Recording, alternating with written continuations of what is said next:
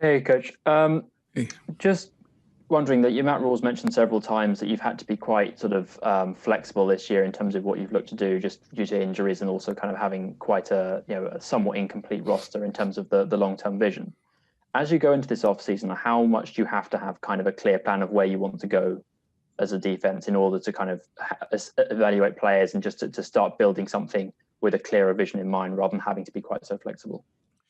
Well, I think, the first thing you do is evaluate the system that you're running and over, the offenses that we see and what we need to do a little bit better job with and schematically. And so you go through that first. And then the rest of it is based on what players we end up with, right? And, this league is through free agency and the draft. And so what you need to do after you look at your package is then find out who you have and then put them in situations that they can win within your package. So that's what we'll try to do this offseason. Let's go to Sheena Quick, followed by Darren Gant. Hey, Coach. My question for you: in the first meeting with the Saints, they did not punt. You guys are a little shorthanded. I know Rasul Douglas was out for that game. In what area, if you had to pinpoint what area that the defense has improved the most since that first meeting, what would it be? Well, one of the big reasons they didn't punt is that they were 12 of 14 on third down. So we got them in third down. We didn't win third down. So that'll be a key in this football game. And we didn't give up a lot of big plays, and that's why we didn't give up a lot of points, but we just couldn't get off the field on third down. So that's got to be a priority for this week. And I think that's the biggest thing that we've got to come to grips with. But, every game that you play has a different personality and character to it. So, and you think you know how the game's going to go, but you've got to be ready to adapt and do those type of things. And, with their head coach, he calls the plays. He's really good at what he does. So, we'll have to be good at what we do and win third down. Phil, on the spectrum from rookies walking in the door, never met you, don't know your scheme, to a mature, kind of almost finished product on a defense, where are those guys right now, the defense as a whole? Well, the young guys, the first year in the league is tough, especially certain positions. Like Troy Pride playing corner in the National Football League. Corners is really hard to play as a rookie. So each guy has a different learning curve, but, I think we're going to be much further along when these guys come in the spring, and hopefully we have, OTAs and do all that stuff, but they'll be so much further along. I'm really looking forward to that time and how we can develop them from then. Are there particular guys who may be farther along than you would have anticipated the end of December? No, we had some high draft picks, and I think they've matured just fine. They've got some more growing room, which they know that, and we'll handle that in the off season and through camp. And but I think the progress of most of the players have been real good, the young ones. Let's go to David Newton for the next question, followed by Mike Solarte. Hey, Phil, early Happy New Year to you. Same to you. Wanted to ask, when you talk about your scheme and what you did this year, how much is it different what you ended up doing from what you intended to do going into the season before KK was lost and other things like that? And in an ideal world, what would you like it to be going forward? Well, I thought we would be able to play a little bit more four-man rush stuff, but losing KK and injuries up front, so we've had to run a variety of different packages. Now, some of them have turned out, where we may continue to run.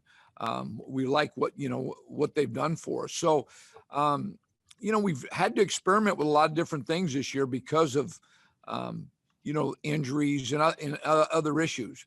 So I think it's been good. It's been a learning curve for all of us. So we'll just go forward from here. And you mentioned Luke.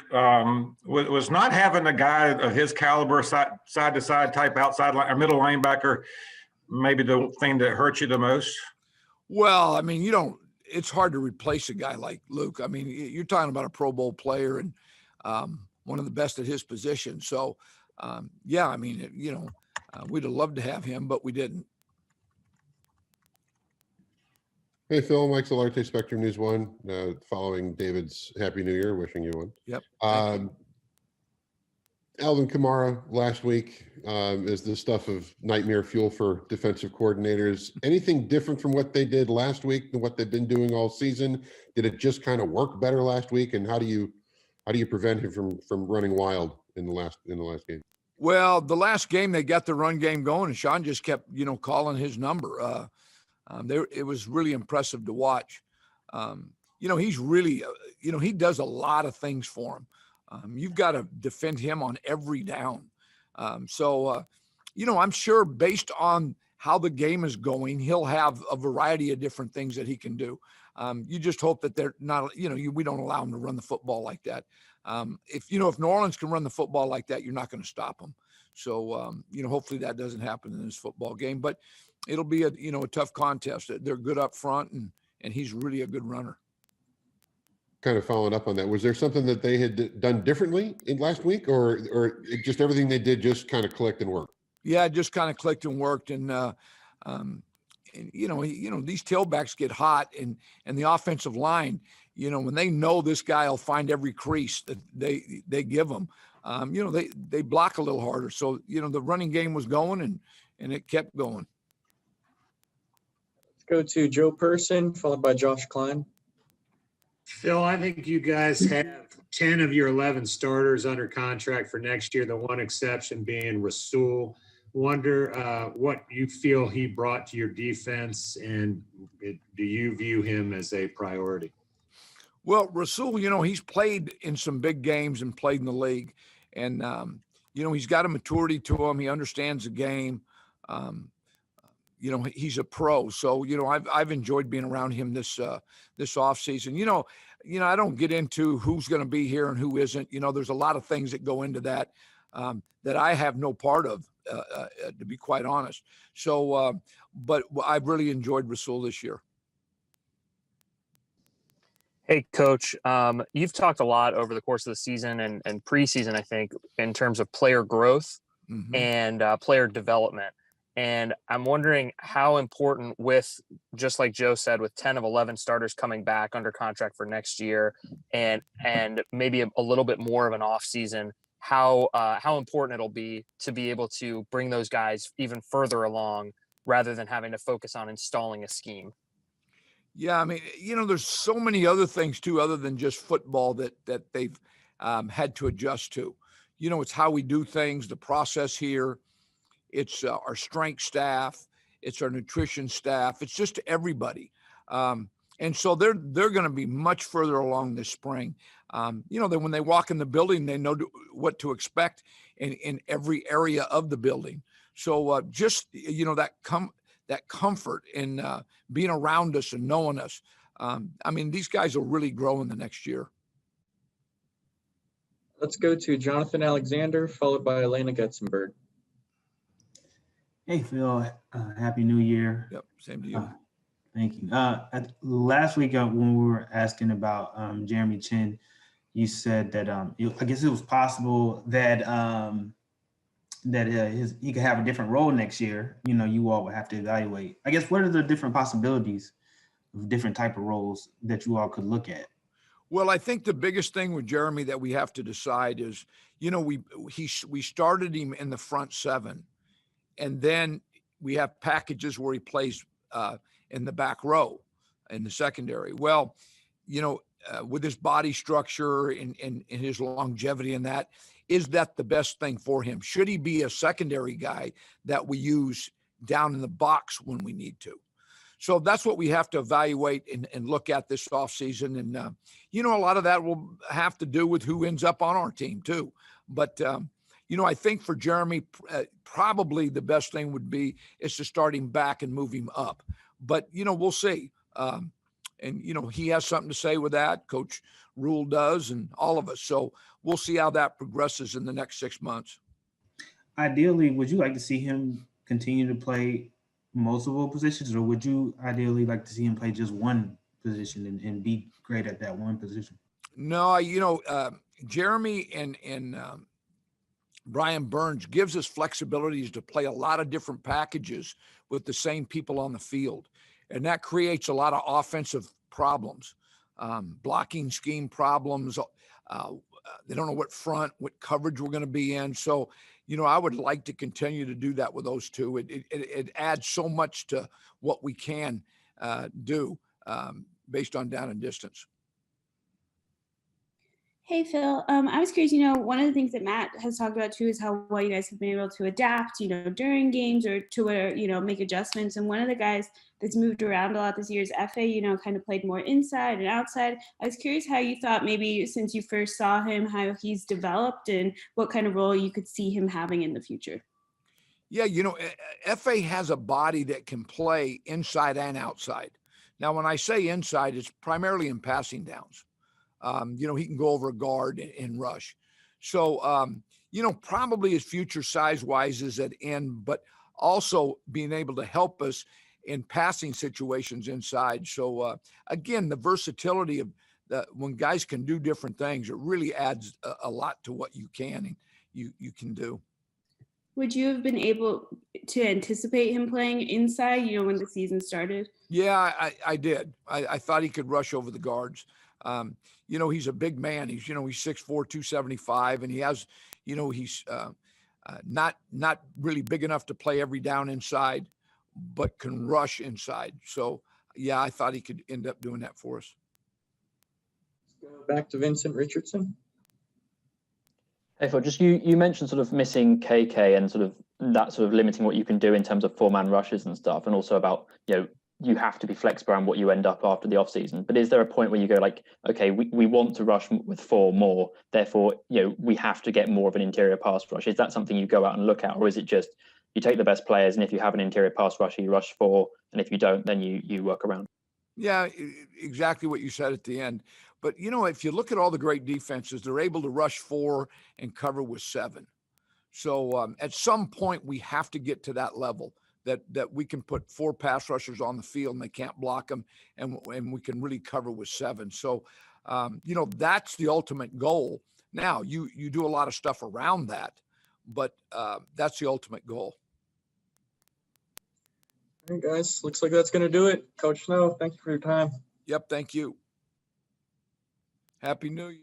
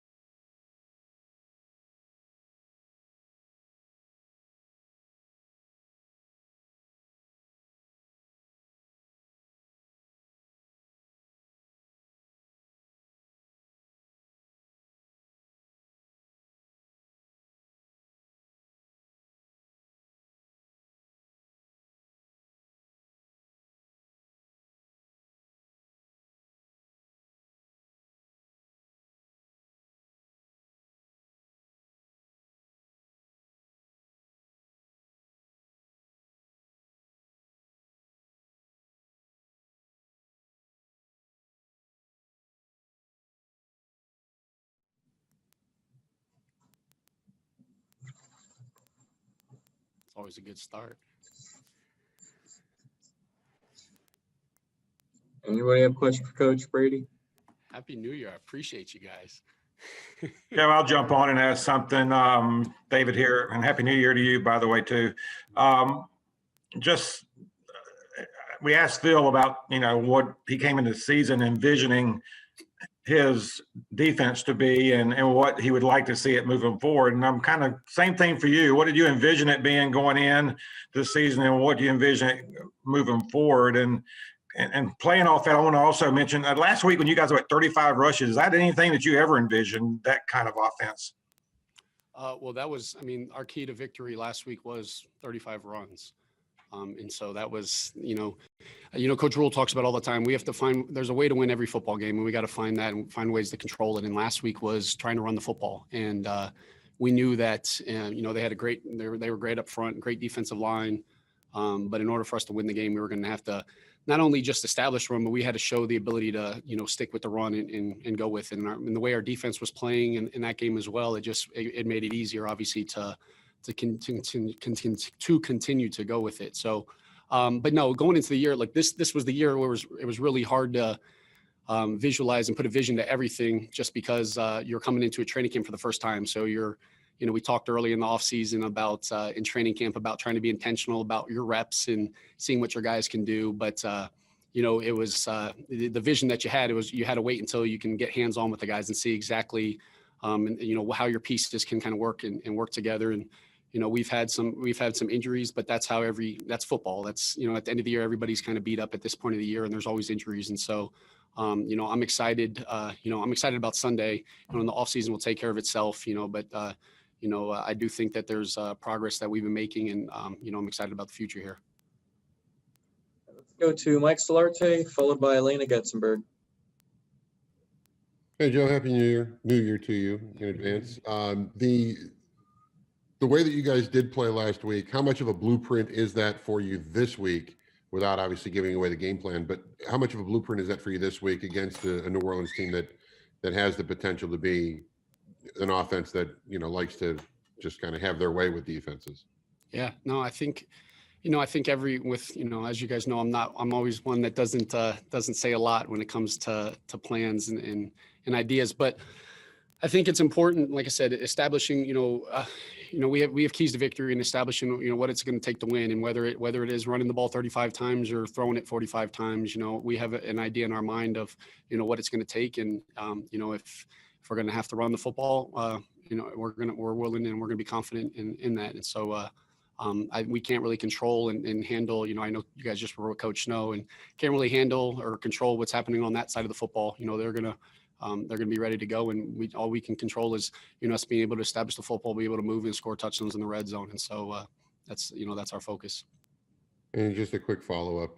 Now that you're 15 games in and you've worked closely with Teddy and you've had some history with him in the past, has he been more of his own biggest critic than even you envisioned? Because it seems like, he's frustrated with the way that he's had opportunities to finish games and has really, jumped on the sword for the offense when it didn't happen. Has he been everything that you thought he would be? And maybe even, did you learn some more about him that you may not have known before? Yeah, he's a competitor, and I think that's our locker room. I think we have a group of men, offensively and defensively, and teams that, when things don't go well, everybody's kind of pointing the thumb, and that's how Teddy is. And we understand at the quarterback, just like myself as offensive coordinator, when the offense doesn't do well, it's a reflection of me. And when from a quarterback, you sit there, and no matter how the games goes, your quarterbacks are judged on that. And so Teddy's a competitor, and he's always going to be a critic of himself. That's how he's always been, and so. But that's why, he's able to be successful. Hey, Joe, Happy New Year.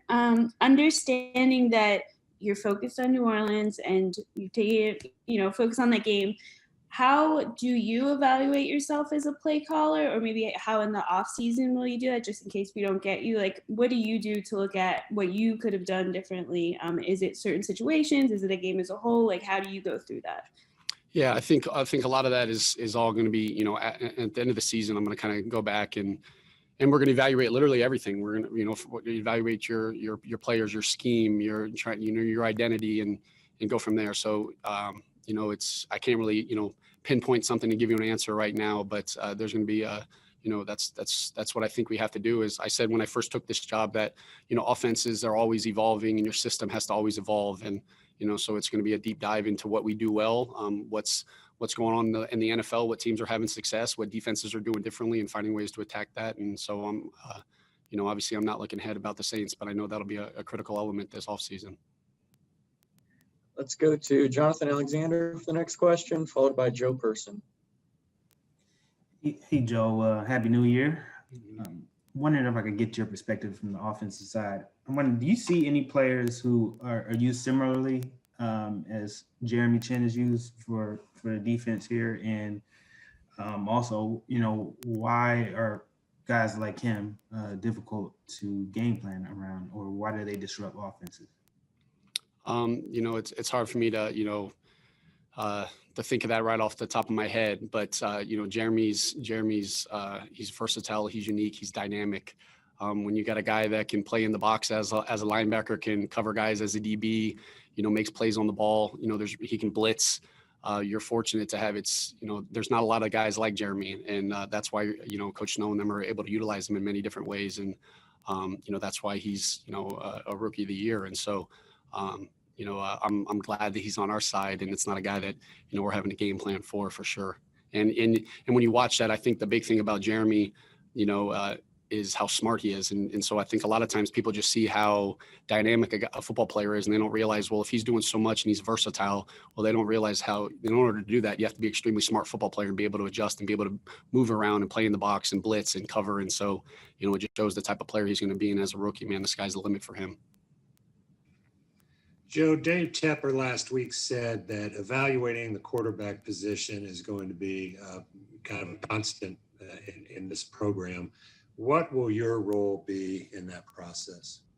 Again, in the offseason, I'm not sure exactly how everything's going to go, but in my vision is we're going to evaluate every position, coaches included. That's just what we do. We have to evaluate ourselves and see the direction that we want this offense to go. And so every player, every coach, we're all going to be evaluated and continue to go from there. But to pinpoint and say exactly this is going to be my, I'm sure those will be conversations as we go into the offseason. And at that quarterback position, what is would you like to see more from there than maybe you saw this year? Again, I think that's something that's probably that's a question more for the offseason. Right now I just want us to focus on what we do well right now and find ways to beat the New Orleans Saints. And when the offseason comes around, we'll handle and we'll address those things. But right now, we're getting the quarterback room ready to go for this week and finding a way to go 1-0 in the football season. To David Newton, followed by Vincent Richardson. Hey, Joe, last year you were this time, I guess, preparing for the playoffs, the LSU and everything. They're kicking off again tomorrow. Can you just talk about, I'm sure you've watched some college football. If you can talk about some of the quarterbacks you've seen out there that'll be on display here for the next few weeks and what you liked about them? I'd be lying to you if I said I was able to watch any college football, really, to be honest with you, outside of maybe coming back from a game, from meetings on a Saturday night. You might lay down before you doze off or whatnot. But if for me to give an evaluation, even if I had watched it, it'd be injustice to any of the football players out there. So, I'm sure there'll be some good games, coming up to end this bowl season. But for me to be able to speak on it, I'd be lying to you. Hey, Joe, the injuries on the offensive line have kind of built up a little bit as the season sort of got towards the end. I mean, how much does that affect what you try and do schematically, or do you just try to run the same stuff and trust that the guys can step up and do what they're asked to do? Yeah, I think you have to, you have to find out what your guys do well up front offensively. And, we're going to do our best to put them in positions to have success. But at the end of the day, they're professional football players and, they get paid and they're really good at what they do. And so, we have full confidence in them. And then when whoever's in there, we know that, we know what their strengths are and we're going to try to tailor it around them. And, as a play caller, I have to have confidence that they're going to be able to go in and do their job. And so, you look throughout the season, we've had offensive linemen go down, in games, during the practice week, and, the guys haven't blinked, and if the guys aren't going to blink, I can't blink. And so, that's the approach and the mindset that we have. And so I've been excited about the guys just stepping up and having that mentality. I think Coach Meyer and Coach Satterfield have done a great job preparing them, and it makes my life a lot easier. All right, guys, looks like that's going to do it. Joe, we appreciate you stopping by. All right, thanks, guys. I know I don't know what the media schedule is after the season. I know I'm not one that always answers a lot of questions. I see the faces sometimes when you guys ask questions, but I know it's been tough for you guys. It's been tough for everybody in 2020. But you know, I know especially when you know, you want that person, you want that relationship, you know, doing everything through the screen. But I just want to let you guys know we appreciate you guys and hope you guys have a happy New Year. We appreciate you too. But by the way, who do you have for the national championship? You got to have a team. I'd be lying if I probably knew if you told me right now who are the four, I'd be lying. But no, Really? I'm sure they're gonna be. No, I'm lying with that. But no, it'll be some good games. I probably won't be able to watch any of them, but it'll be some good ones. right. So I appreciate you guys. Have a happy New Year. You too. New Year. Thanks, Joe.